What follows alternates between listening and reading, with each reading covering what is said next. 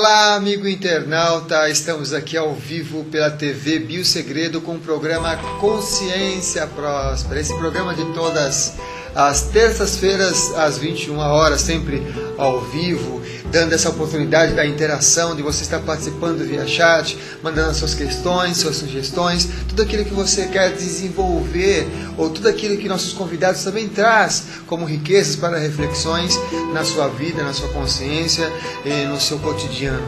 É sempre um prazer estar aqui na TV Biosegredo, nesse momento de interação, nesse momento de crescimento. E hoje, nesse nosso primeiro bloco, a gente vai estar recebendo um convidado, um psicólogo, que vai estar falando sobre o tema psicologia transpessoal. No segundo bloco, nós vamos receber uma outra psicóloga, uma pessoa que também vai estar falando sobre alma bipolar. Então hoje o programa está bem nessa questão da consciência, né? De como que a gente pode ter um equilíbrio, uma harmonia em nossa consciência e dessa forma também trazemos para a nossa vida uma espécie de abundância, de prosperidade, de consciência abrangente no nosso cotidiano. Então agora no nosso primeiro bloco a gente recebe aqui no programa Consciência Próspera Manuel Simão. Seja bem-vindo, Manuel. Prazer estar aqui. Muito obrigado pelo convite. Muito bem. E o tema é psicologia transpessoal, né? Um tema que é bastante abrangente, não sei se a gente vai conseguir dar uma base, mas vamos fazer uma síntese, né? Vamos tentar fazer uma síntese do que é psicologia transpessoal. O que é psicologia transpessoal para você, Manuel? A psicologia transpessoal é a ciência que estuda a consciência.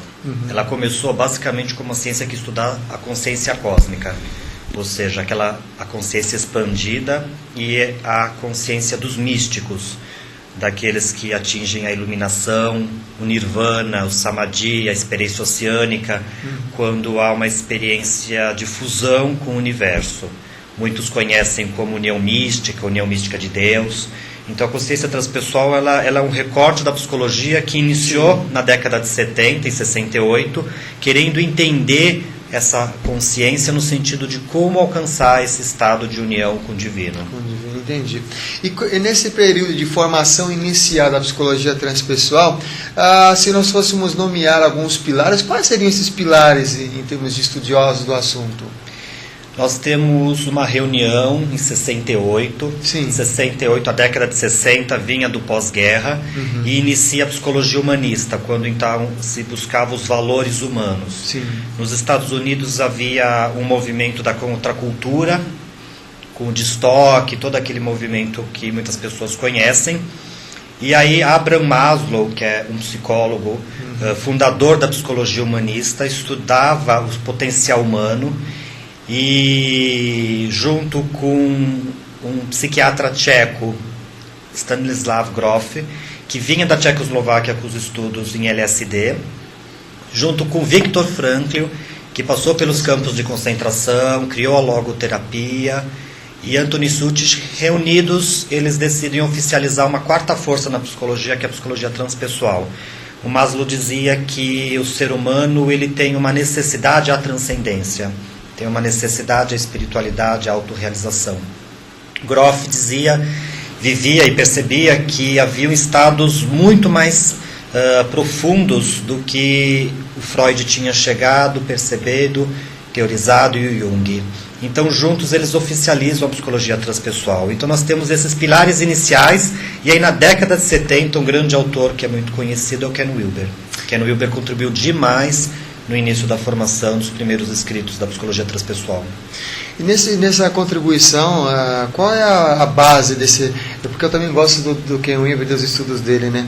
Quais os estudos que você acha que foi inovador nesse quesito quando entrou o Ken Wilber? Ken Wilber, ele escreveu muito para o Jornal de Psicologia Transpessoal, que é um jornal online, criado então pela Associação de Psicologia Transpessoal, e ele tem uma primeira parte do trabalho, eu divido a obra do Ken Wilber em duas. Tem uma primeira fase, quando ele se denomina muito um filósofo transpessoal, e contribui, e então ele mapeia o espectro da consciência, colocando a consciência como um espectro, e que então vai dividindo e trazendo essa reflexão da consciência como algo extracerebral, como algo feito através do espectro, como o espectro da luz, que é feito através de muitas camadas multidimensionais. Interessante. E isso é muito importante no livro que ele coloca espectro da consciência e a consciência sem fronteiras. E aí isso é uma revolução muito importante quando então os autores na década de 70 começam, e aí, o que é essa consciência, né? Até onde nós podemos chegar? Até onde o que está inconsciente da minha própria biografia e daquilo que me circula influencia o meu comportamento humano na criação de saúde e doenças, né? Entendi. Então isso é muito importante. Como é que se começou, como é que se deu o início, né, dos seus estudos nessa área de psicologia? Como é que foi para o Manuel, assim, tá buscando esses conhecimentos? Como é que foi o início disso? Olha, no meu caso, não sei exatamente nem dizer se foi uma paixão, um amor à primeira vista, sim, ou uma intuição de alguma outra dimensão. Porque eu fazia faculdade em 87, entrei em psicologia, e no segundo ano da faculdade me cai à mão o livro Além do Cérebro, do Stan Grof. E ao ler aquilo, eu já estava fazendo alguns cursos de hipnose, me fazia um enorme sentido. Sim. A cartografia que ele colocava, a questão da vida intrauterina, o nascimento, os traumas que iam acontecendo nas matrizes perinatais, nas fases do nascimento e as neuroses. E aí eu mergulhei de cabeça nos estudos do Stan Grof, que vinham através da respiração holotrópica. E um segundo autor que me cai muito logo no início da faculdade era Pierre Weil.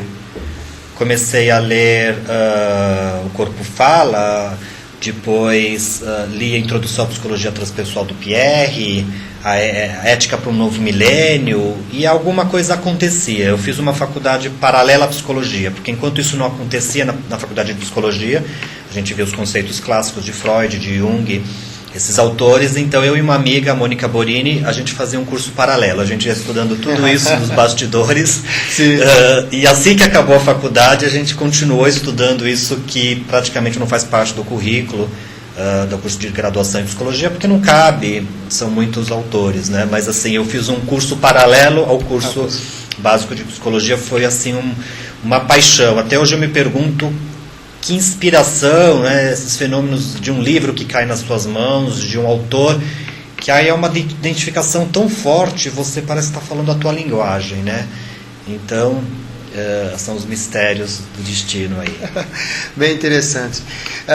E para a pessoa, por exemplo, que é uma pessoa formada em psicologia transpessoal, no que ela atua no cotidiano, na sua praticidade diária? Como é que é essa atuação dele? Qual é o que há de diferente, né, nessa atuação do psicólogo transpessoal, por exemplo, no nosso cotidiano? Isso aí é interessante observar o que foi acontecendo na década de 90 e nessa década, na primeira década do século aqui. A psicologia transpessoal ela foi avançando, estudando as técnicas de expansão de consciência. Então, no campo da saúde, as técnicas com grafismo, as técnicas com argila, as técnicas com respiração, as técnicas com meditação, várias técnicas que permitem ao ser humano expandir sua consciência e integrar à consciência esses aspectos adormecidos. Porém, isso é o básico de vários sistemas psicológicos. A própria psicanálise, a psicologia analítica trabalha com isso. O diferencial é que a psicologia transpessoal integra a dimensão de uma espiritualidade como algo inato, como algo natural do ser humano, validando que isso é uma pulsão do ser humano e não somente um mecanismo de defesa. Na área da educação, isso é trabalhado, com esses exercícios são trabalhados no sentido de expansão de consciência para a emergência de valores humanos. Quando a gente fala de valores humanos, o Maslow dizia que se estimulados na população e na educação, naturalmente a pessoa resgata o potencial positivo do belo, do verdadeiro, do saudável, e que isso precisa ser estimulado. Então a psicologia transpessoal vai integrando isso cada vez mais à consciência, e hoje o que estamos observando também é o uso da transpessoal nas organizações. Olha que interessante. Né? E você falou do Maslow, né? A gente lembrando da pirâmide de Maslow, então acho que a psicologia transpessoal está focando, inclusive, em uma parte que talvez academicamente havia sido renegada, que é o topo da pirâmide, né? Aquela coisa da transcendência mesmo, né? Isso. Das necessidades humanas. Isso. Quer falar um pouco dessas necessidades humanas? Então, o Maslow ele foi um psicólogo que ficou durante toda a vida dentro da universidade e pesquisando basicamente como funcionam as pessoas. E ele chegou a uma conclusão inicial que existem necessidades humanas das básicas e que vai subindo como se fosse uma hierarquia numa pirâmide. Então, na mais base da pirâmide você tem as necessidades fisiológicas, comer,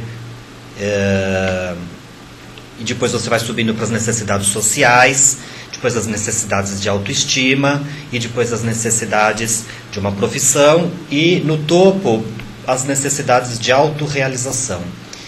O que ele observava? As pessoas que se sentiam autorrealizadas, que faziam o que queriam, que tinham essas necessidades prévias satisfeitas, eram pessoas mais inteiras, mais felizes, mais realizadas. E que ao ter algum tipo de vivência ou experiência ou atividade que dizia muito a si mesmo, essas pessoas elas tinham um maior grau de felicidade plena, de autorrealização, independente das horas trabalhadas, do local de trabalho. É como se você estivesse ajudando uma creche. E aquilo te faz tão bem, aquilo te faz tanto sentido, e você é um voluntário daquela creche, e você vira à noite e é diferente de algo que não te realiza. Sim. A gente observa o grande fenômeno do adoecimento e estresse nas organizações, onde as pessoas elas estão nas organizações não por realização, não exatamente porque aquele trabalho é o trabalho que mais lhe dê um sentido, né? E isso é uma fonte enorme de vulnerabilidade ao estresse, às doenças, à insatisfação e a mudança de emprego. E nessas organizações, como que a psicologia transpessoal tem entrado? Como é que a psicologia transpessoal tem trabalhado nessas organizações, nessas empresas, nesses locais, vamos dizer, onde tem uma exigência maior daquela competitividade, daquele compromisso, daquela coisa de produzir, daquela coisa de está trazendo uma sustentabilidade para o ambiente? Como é que ela tem atuado, a psicologia transpessoal ali? Ela tem feito uma inserção gradual. Então, os treinamentos em que os profissionais da transpessoal têm utilizado, eles utilizam no desenvolvimento do ser humano no sentido racional, emocional, sensorial e intuitivo. Então, já não se pode mais desenvolver somente a razão, sem que esse ser humano também esteja desenvolvendo os seus sentimentos, a sua relação com o outro e a sua função intuição. E principalmente trazendo o conceito da espiritualidade nas organizações. A espiritualidade nas organizações no sentido do que eu, enquanto um profissional, estou fazendo para esta organização que faz para uma sociedade. Então, alguns conceitos como a visão sistêmica, ou seja, a organização ela é feita para alguns fins, que então, em função disso, ela traz benefícios aos seus colaboradores, à sociedade, e que ela tem um sentido. E mais um pouco do que isso, a transpessoal ela vem sensibilizar as pessoas a essa dimensão da espiritualidade. Espiritualidade no sentido de aquilo que me faz uma ligação com algo que é transcendente, com algo que me coloca um sentido de vida e do porquê estou aqui e qual que é esse sentido missionário.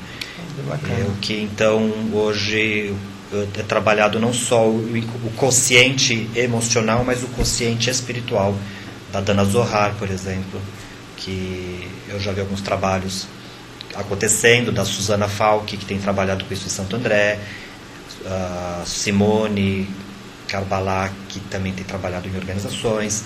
Então as pessoas de organização, por algum motivo, estão se aproximando da transpessoal no sentido de levar isso às organizações que estão mudando de paradigma, não só aquele modelo depredatório, explorador, competitivo, mas entender que a empresa é um sistema, um organismo vivo, pulsante e que precisa ser nutrido e nutrido de sentido. Muito bem. Nós temos aqui participação aqui via chat, tem aqui a Cláudia do Rio de Janeiro, que está trazendo felicitações aqui tanto para nós, aqui o Manuel, para o Ale também, desejando boa noite. Elogiando a roupa aqui que está com o sol de outono e que estamos todos bonitos. Obrigado, Cláudio, por estar acompanhando aí do Rio de Janeiro o nosso programa. Gratidão mesmo, viu? É sempre ótimo de receber os seus elogios, as suas perguntas, as suas sugestões, que é sempre gratificante. A Márcia também está aqui desejando boa noite, Samuel, boa noite, Manuel. Manuel, como é feito um atendimento pessoal em psicologia transpessoal? E o que diferencia de um atendimento convencional? Abraços, Márcia. Ok, obrigado, Márcia, pela pergunta. Eu vou estar me referindo à psicologia transpessoal, da formação que damos na abordagem integrativa transpessoal pela Lubrati. Na abordagem integrativa transpessoal, desenvolvida pela doutora Vera Saldanha, nós, o tempo todo, ao entrarmos em contato com o cliente, fazermos anamnese, motivo da queixa, etc., a gente busca, através de algumas técnicas, que podem ser o grafismo, que são desenhos e expressões diretamente ligadas ao inconsciente, o trabalhos com imaginação ativa, que são ideias, imagens, recursos que aparecem do inconsciente e surgem a partir de imagens, os exercícios a partir de relaxamento e meditação, os exercícios ligados a que chamamos de reorganização simbólica, que na verdade seria entrar em contato com aquilo que está inconsciente e modificar esses símbolos. Então, o que difere da psicologia convencional é que na psicologia e psicoterapia convencional, muitas vezes somente o recurso da fala ele é utilizado, que é o recurso no estado de consciência de vigília, que é esse estado que nós estamos agora, com ondas oscilando entre 14 a 20 Hz. Quando estamos num estado de expansão de consciência, a consciência ela mergulha para estados neurofisiológicos de alfa, de beta, de delta, e nisso você tem uma expansão da consciência. Então esses exercícios eles permitem que você tenha um melhor acesso aos conteúdos sombrios, que na verdade são aqueles que precisam vir à tona para serem ressignificados, mas também os conteúdos de luz, do que a gente chama de self ou do supraconsciente, que são os conteúdos que vêm de uma sabedoria maior ou infinita, do eu maior, e que então vão limpando e organizando esses conteúdos. Então essa é uma diferença importante, ampliar da fala, né, como estamos aqui falando, para uma forma que vai além, que vai integrando essas funções. Então, não só trabalhar a razão, o que eu penso, sim, mas o que eu estou sentindo, o que eu estou vivendo emocionalmente e aquilo que eu estou intuindo a respeito disso.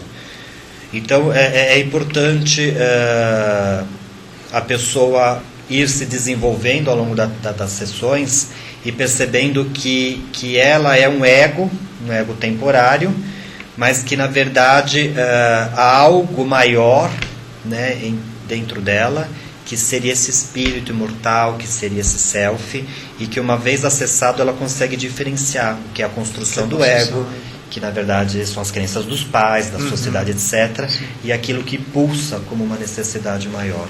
Muito bem, vamos aqui para mais uma participação aqui via chat. Olá Samuel, olá Manuel. Manuel, você encontra resistência no trabalho com as pessoas em relação à espiritualidade? Quero dizer, as pessoas não confundem com algo ligado à religião? Abraços, Lúcia. Sim, confundem. Nós não encontramos resistência, em certo sentido, porque as pessoas que procuram um trabalho intraspessoal, muitas vezes elas conhecem que a abordagem ela integra as dimensões da espiritualidade à psicoterapia. As pessoas que não conhecem a psicologia transpessoal muitas vezes ao longo do desenvolvimento do trabalho, em que vai emergindo valores positivos, uma melhor solidariedade, o bem-estar, um bom humor. Esses são os atributos da espiritualidade. Vale lembrar que hoje em ciência nós conceituamos religiosidade diferente de espiritualidade. Eu sou ligado ao Hospital das Clínicas, a um programa chamado ProSer, que é um programa de saúde, espiritualidade e religiosidade, que foca pesquisas em saúde e religião e espiritualidade. Então, na maior parte dos trabalhos científicos, a religiosidade ela é definida como práticas ligadas, de alguma forma, a uma instituição. Então, aí você vai ter as práticas ligadas ao cristianismo, o islamismo, o judaísmo, todas as práticas que, de alguma forma, elas estão institucionalizadas. A espiritualidade é uma dimensão do ser humano que lhe dá um sentido à vida, a sua transcendência, a busca, a conexão com algo que ele define maior, algo que ele define como transcendente e que não necessariamente está institucionalizado. Então eu posso ter uma sensação de que Deus está na natureza, está em tudo e que essa é a minha espiritualidade. Eu posso ser um ateu, mas que eu acredito no ser humano, que eu acredito que a solidariedade é que faz a diferença no mundo. Sim. E que isso é o que dá uma grande razão à minha vida. E isso é uma definição que hoje a gente encontra nos artigos. Muito bem. Mais uma participação aqui no chat. A Adriana está dizendo: olá Manuel, olá Samuel, saudade de todos. A pós-graduação em Psicologia Transpessoal é fantástica, transformadora. Olha, a Adriana está falando, né? Obrigado, Adriana, também saudades. A Luciene: boa noite a todos. Gostaria de saber qual curso indica para conhecer a Psicologia Transpessoal voltada às organizações. A Luciene está participando aqui.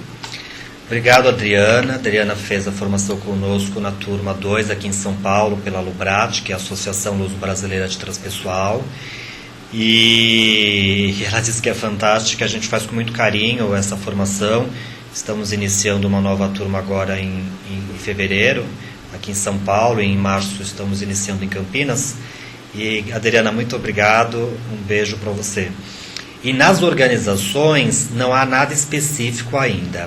As formações em transpessoal no Brasil, de algumas associações, que entre elas a da Unipaz, em Porto Alegre, da Lubrat, em vários campos no Brasil, em Campinas, em São Paulo com a Márcia Taboni, a maior parte ainda é o foco grande em clínica, saúde, começando um pedaço cada vez maior em educação. E sim, nas organizações o que você vai encontrar é muito coaching integrativo, a PNL, que trabalha a questão do Robert Dilts, quando trabalha a questão da espiritualidade, dos metassistemas. Então você vai encontrar algumas formações em transpessoal ou em organização que fala de uma abordagem transpessoal sem usar o nome. Quando fala então sobre metavalores, sobre sentido à vida, transcendência, espiritualidade. Nós temos um projeto para iniciar ou no segundo semestre do ano que vem de ter um foco em curso de extensão em organizações.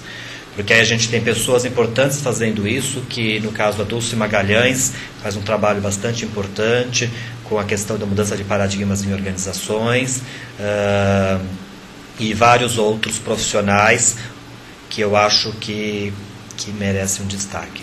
Muito bem. Eu vou ler aqui o nome de algumas pessoas. A Raquel, o Ricardo, essas pessoas outras, a Liz que mandou, todas essas pessoas que estão mandando aqui essas perguntas via chat. Nós já chegamos ao final aqui do nosso primeiro bloco, então vai ser possível responder essas perguntas. Depois teremos uma outra oportunidade também para o Manuel estar voltando aqui no programa para falar um pouco mais sobre psicologia transpessoal, que é um assunto bem interessante e abrangente mesmo, né?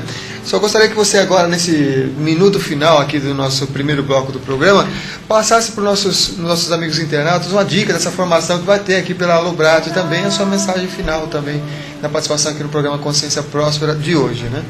Samuel, muito obrigado pelo convite. O título do programa, nada mais inspirador, essa prosperidade no sentido de cada vez maior abundância nos nossos níveis de consciência rumo a uma consciência cósmica, uma consciência plena, a essa sabedoria infinita, quando então nos fundimos entre a própria divindade, o homem e a natureza. Os cursos de formação em transpessoal pela Lubrat acontecem em São Paulo. todo mês, uma vez por mês, e em Campinas, Porto Alegre, Rondônia, alguns estados, né? A gente tem demanda para abrir em outras cidades. Eles são mensais e eu acho que as informações o amigo pode conseguir no 011 50 83 11 59. É uma formação bastante vivencial, porque você vai experimentar aquilo que vai te fazer sentido. Então, o conhecimento é feito através da experiência, que é uma formação teórica vivencial. Muito bem. E eu já vou avisando aqui aos nossos amigos internautas que estão acompanhando que eu vou fazer a formação em pós em Psicologia Transpessoal. Já há 3 anos já estou programado. Só terminar uma formação que estou fazendo, uma graduação, e logo em seguida eu vou fazer essa pós em Psicologia Transpessoal, que eu acho um assunto fenomenal, fantástico, e que realmente, com essa abrangência com a espiritualidade, vai ajudar muito quem é que quer abranger no sentido de abraçar um outro conteúdo com ciência, ter uma consciência com ciência, com essas informações todas que tem de base, que isso é fantástico mesmo. Agradeço a participação do Manuel, Samuel, aqui no programa. Muito obrigado. Consciência Próxima, gratidão mesmo. Muito obrigado, foi um prazer estar aqui, principalmente divulgando os avanços que a Transpessoal e a ciência que trabalha com a consciência, a física quântica, ela está cada vez mais ganhando adeptos e esclarecendo, esclarecendo que muitos já vivenciaram isso via intuição, ao longo de toda a humanidade. Muito obrigado. Gratidão. E nós vamos para um rápido intervalo e voltamos já com outro tema bem interessante ligado à psicologia transpessoal. O tema vai ser Alma Bipolar com a psicóloga Lídia Splendori. Até já, rapidinho a gente volta.